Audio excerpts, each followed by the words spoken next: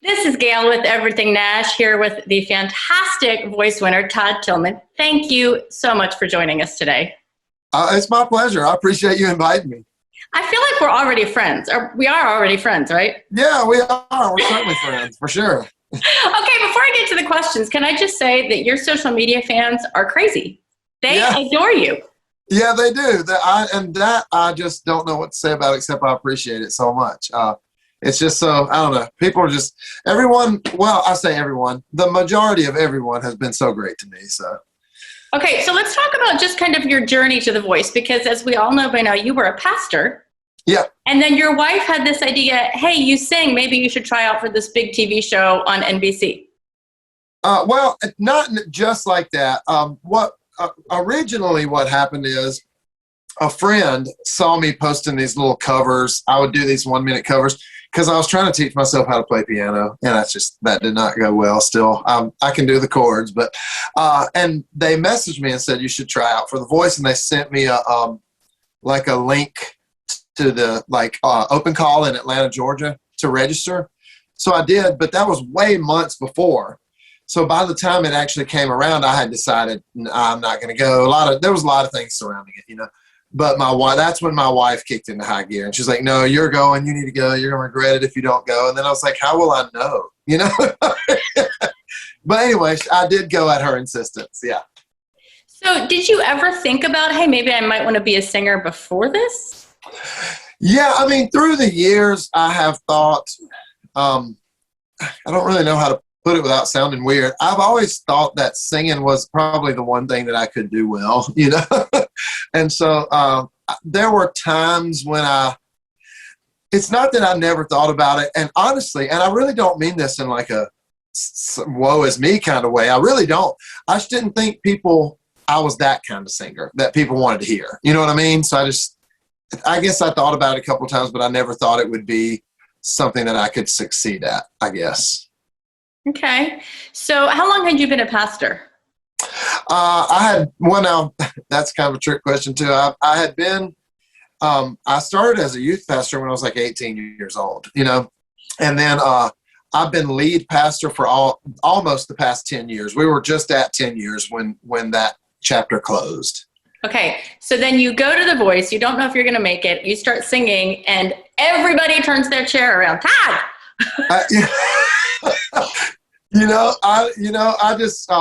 I'm sure you can see on the film, I was just thrilled. I was just hoping for one chair. I was like, please just let one person want me to be on their team, So yeah, I still to this day don't know what to say about that. Who did you want? Did you want Blake all along?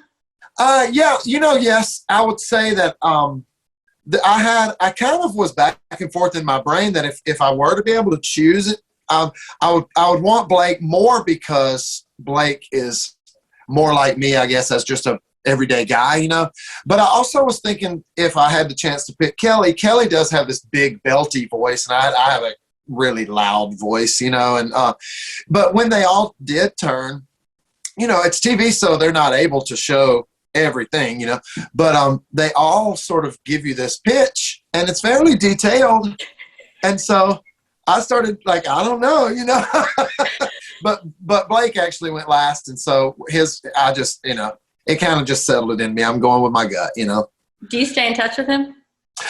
Yes and no, not as much as I did early on, but still, yes.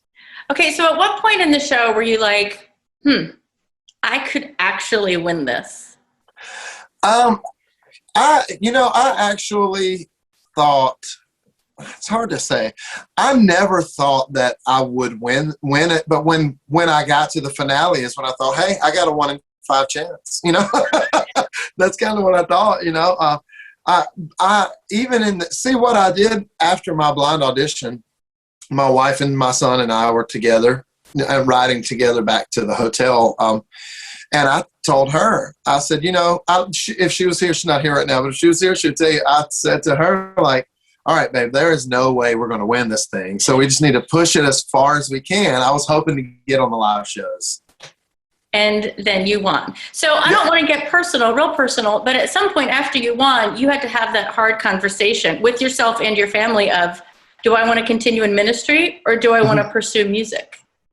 Um, Frankly, between me and my wife, now our kids didn't really know a lot. That conversation had taken place before I even dreamed of auditioning for The Voice. We knew that ministry was kind of like traditional ministry was kind of wrapping up for us.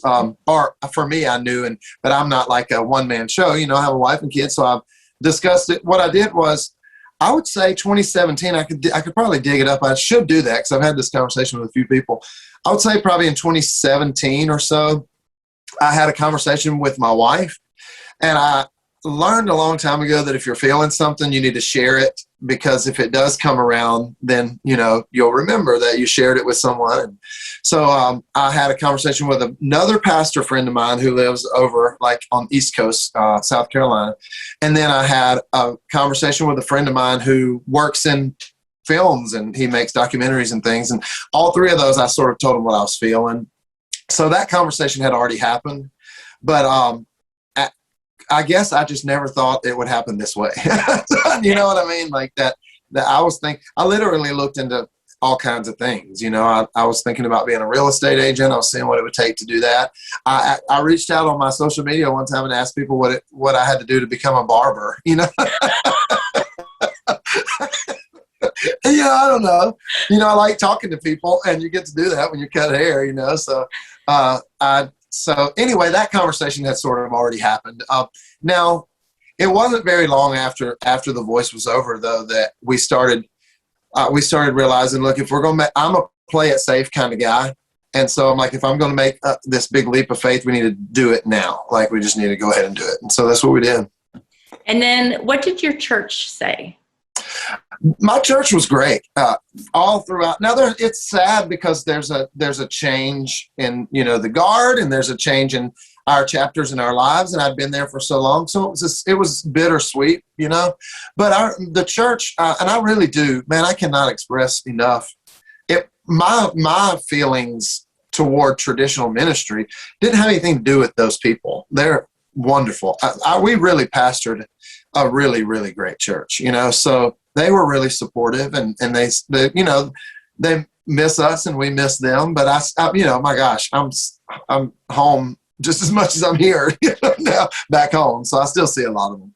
So I want to get to the music you're releasing, which I'm super excited about. But as a Christian, how do you see yourself balancing, these are my morals, this is what I believe, and also I'm releasing music into the secular world? What's that combination like for you? You know, the way that I sort of look at that is it's almost like I'm trying to, maybe this isn't the right word. I'm trying to choose my word. It's almost like I'm trying to smuggle this message in, you know, that you know what I mean? You love people, like heartache is like, you love people, but it's hard. Loving people is hard, you know, but it's worth it in the end. So if I had to do it all over again, I would, you know? And so it's also one of the main conversations that I've had with a lot of people are like, especially if you look at like country music, you know, if a country artist comes out and says they're a Christian, you know, the church goes nuts. But if a Christian person says they're going to be a country artist, it's like, you know, but honestly, I'm doing my very best to, like, I have a lot of, and I've had this conversation with so many people, a lot of things, most things folks just don't see. You know, I've had a lot of opportunity to build my own faith and be ministered to by others, and also sort of minister to other people and share love with other people that's just behind the scenes, you know? So I don't have any intentions at all of ever singing, certainly not writing, but ever even singing anything that I would find to go against the core beliefs, you know, of who I am. I just feel like, I feel like every person has their own ideas, and everybody has their own way of looking at the world, but we just have to be careful not to like get this one lens that we look, even with our faith, you know, and we refuse to look at it any other way, you know, because you know, you can read some of the quotes that people in the church used to say when the hymns, you know, and they were like, that sounds like, you know, the honky tonks or whatever. I can't remember exactly. So it's, I don't know. don't know if I'm balancing it in my faith and my music. I think my faith is in my music, just in a different way, you know? What do your kids think? So you have 8. Yes, ma'am. 2 are adopted. My husband and I adopted a daughter from India, so I love adoption. We are all for adoption. International. Our girls are both from Korea. So what do your kids think about having like a super famous dad now? You know, I don't consider myself famous, so I don't even know that they think I am. Not my oldest son, my second oldest son, he writes music himself. He actually, and I'm telling you, he's my kid, and I know everyone's dad says this, so I just let people go and listen for themselves. He writes rap, and he's really good at it. But one of his songs, he did a collaboration with a friend, and one of the lyrics in his song is, "I sing like Todd Tilghman." So I think that's kind of sweet, you know. But the kids have, you know, they and I don't want to like take too much credit. Like, we just kind of kept living lives aside from like the move and things. I'm talking about like how we do our life at home and just the way we are. We sort of kept just living our lives the way we always did. And I don't know, you know, it's the little kids, they don't know, you know, they're just happy. And my baby girl, she knows the words to all my songs, you know, because even the stuff that's not released, she gets to hear and listen to. So, but they seem fairly, I guess, grounded about it, because I don't, you know, everyone's like, how does it feel to win the voice? I'm like, I don't know. I don't think I even feel it yet. And it's like, we're 2 seasons in since mine, you know? Have you met Jake yet? Jake who? I have met Jake. Yeah. Actually, Jake, I called him. We met on Instagram when I was on the show. And so when I got into the finale, I called him and I was like, all right, man, like, I guess now there's like a 1 in 5 chance that I might win. So, you know, I had a lot of questions about different things, and he's been really great to me. He's, you know, Jake is like a stand-up guy. Yeah, he's a great human. I've interviewed him a lot, and he's fantastic. Okay, Jesus and you. Yeah, it's Jesus and you, not Jesus and me. I want to get them confused all the time. Well, me too. Well, in fairness, I wrote a song with some other friends called Jesus and Me. Of course, a while back. But but this one is Jesus and You. I wrote it with Gordon and Phil O'Donnell. I've actually been writing with Phil O'Donnell this morning. So first of all, I told you I love Gordon Mote, and I could start the Gordon Mote fan club, and I think he's ridiculously talented. Oh my gosh, it's insane. How did you get him? Well, you know, honestly, I really am just blessed, and I don't deserve any of it, and that's the truth. So back home, there's a guy who is so fully involved in the country music world. He's kind of retired now. Well, semi-retired. He still promotes all my back home shows, you know. And so when all this happened, he and I started conversations just about different things and different people he knows and contacts that he was giving me. And so it's like 6 degrees of separation, I guess, because he introduced me to Don Poitras, who I write a lot with, you know. And so we wrote Heartache. Me and Don and Tony Wood wrote Heartache together. And so when I was leaving that day, I said, do you want me to send this to possibly, let's go ahead and get it demoed or what? And Don said, hang on to it for right now, if that's okay. I mean, he wasn't, you know, I don't know if you know Don, but he's not like a bossy guy. He's just like, if you hang on.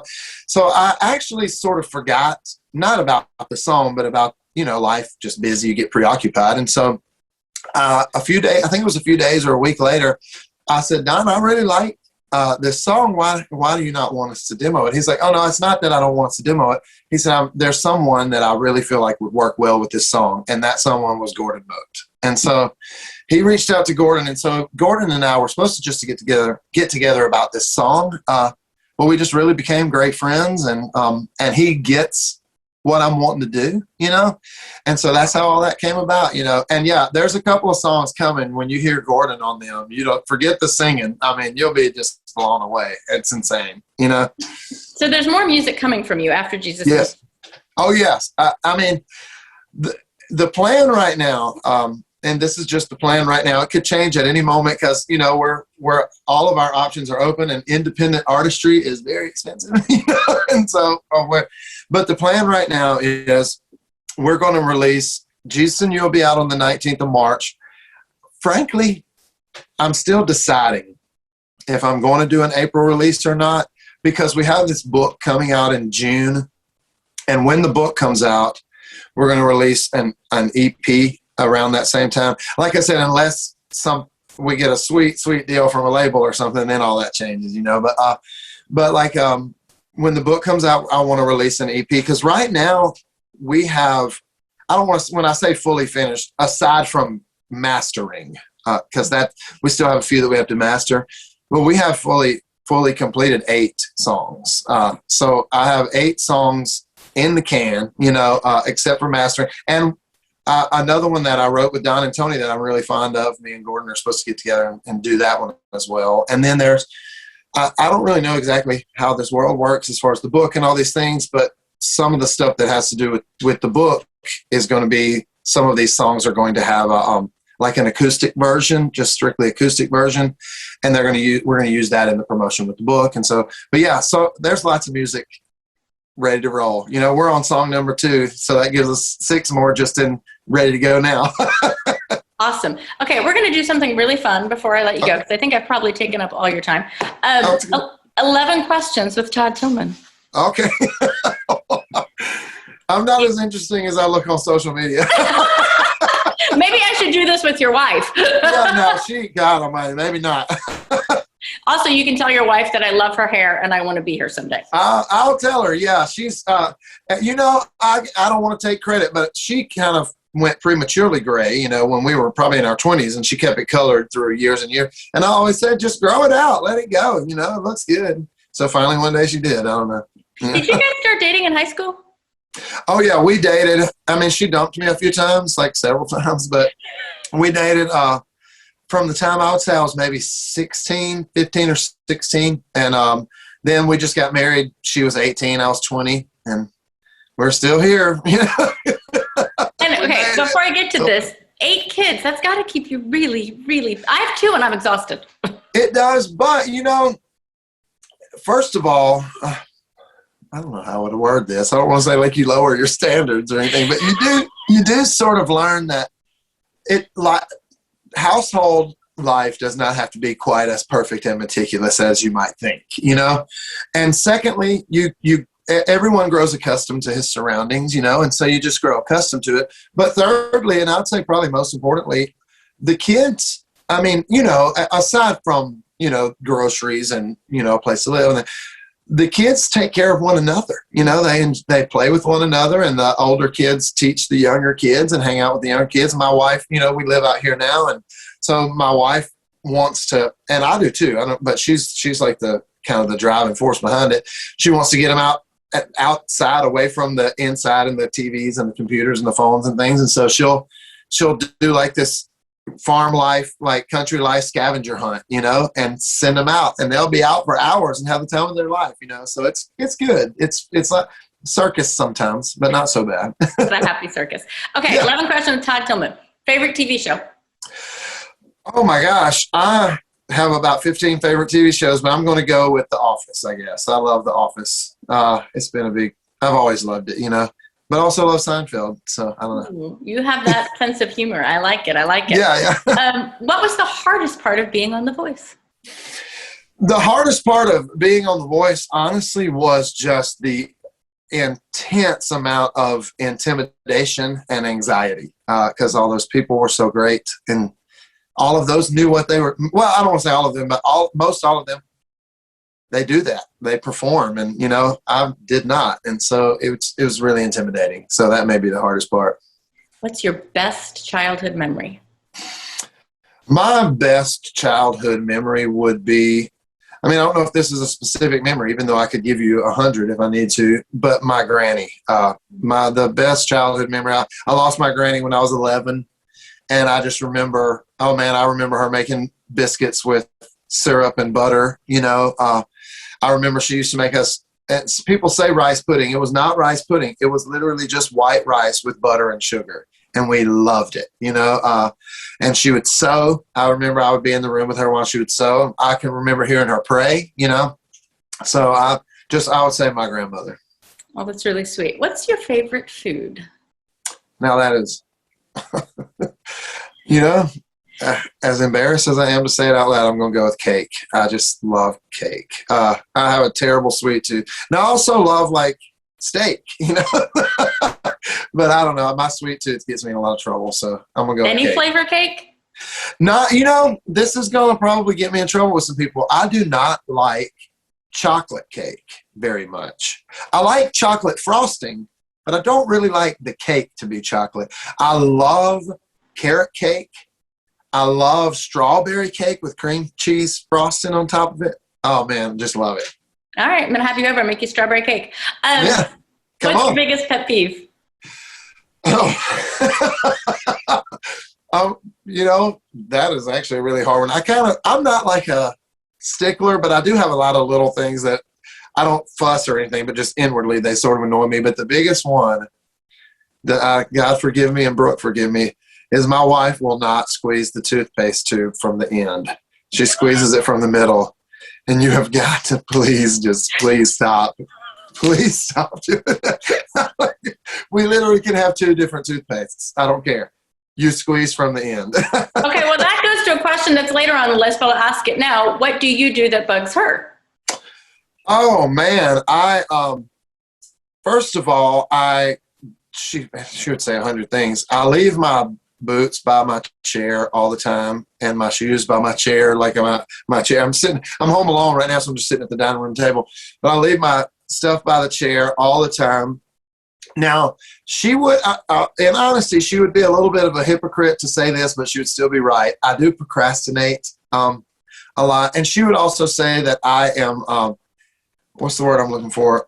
And she's right about this too. I do more like fixing what I broke instead of just sort of, what do you call that? An ounce of preparation is worth a pound of cure, or whatever, instead of just getting out ahead of it and taking care of it ahead of it. I'm not so good at that, All right, that's fair. Are you a morning person or a night owl?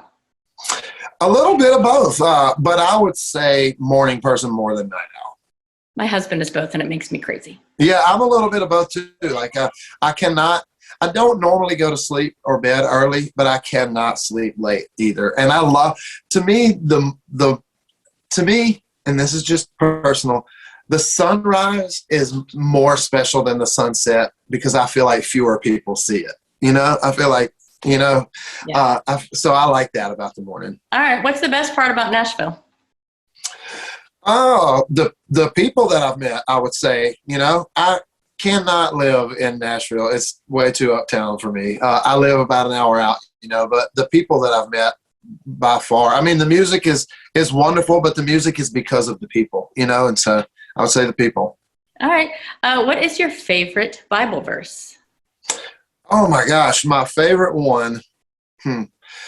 There's a lot of them, but there's, you know what? I'm going to Google the reference because I don't want to be wrong. It's in Chronicles, I think.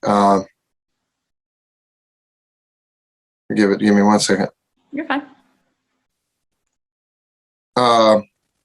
Excuse me, Colossians. I was wrong. So my favorite one would be Colossians 3, and I believe it's 12 through 14, and I'll tell you why. Give me 1 second. I'm going to pull it up.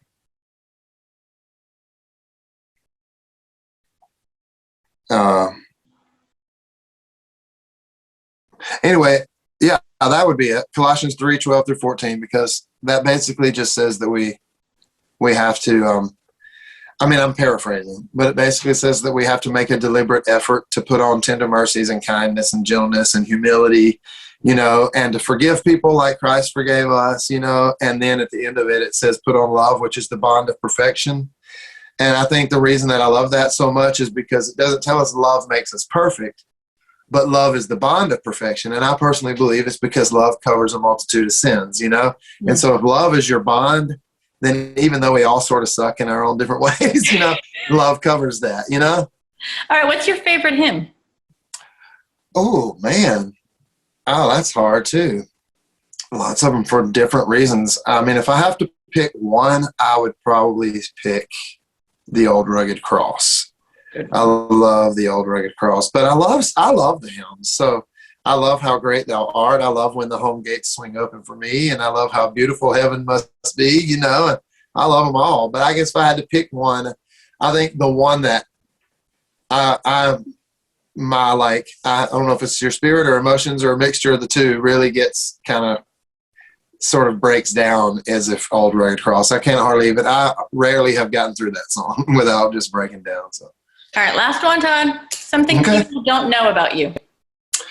Oh man, I would say something that people don't know about me is I'm doing better than I used to, but I'm actually fairly introverted, you know, which does not come across to people like.